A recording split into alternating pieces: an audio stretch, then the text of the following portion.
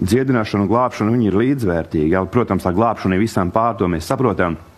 Ne tādā ziņā, bet tas tā kā nāk tā kā komplektiņš, ko tev Dievs ir jau piešķīris, jā, un Bībelē mēs lasām, jā, viņi brūcēs, mēs esam dziedināti, un tas man pieder, jā, un tas nav tā, ka man ir viņi jāsamaksā, man ir vēl kaut kas jādara, tas man pieder, ja kāds ir nomaksājis mani parādi, man vairs nav jāiet maksāt viņu. Tā.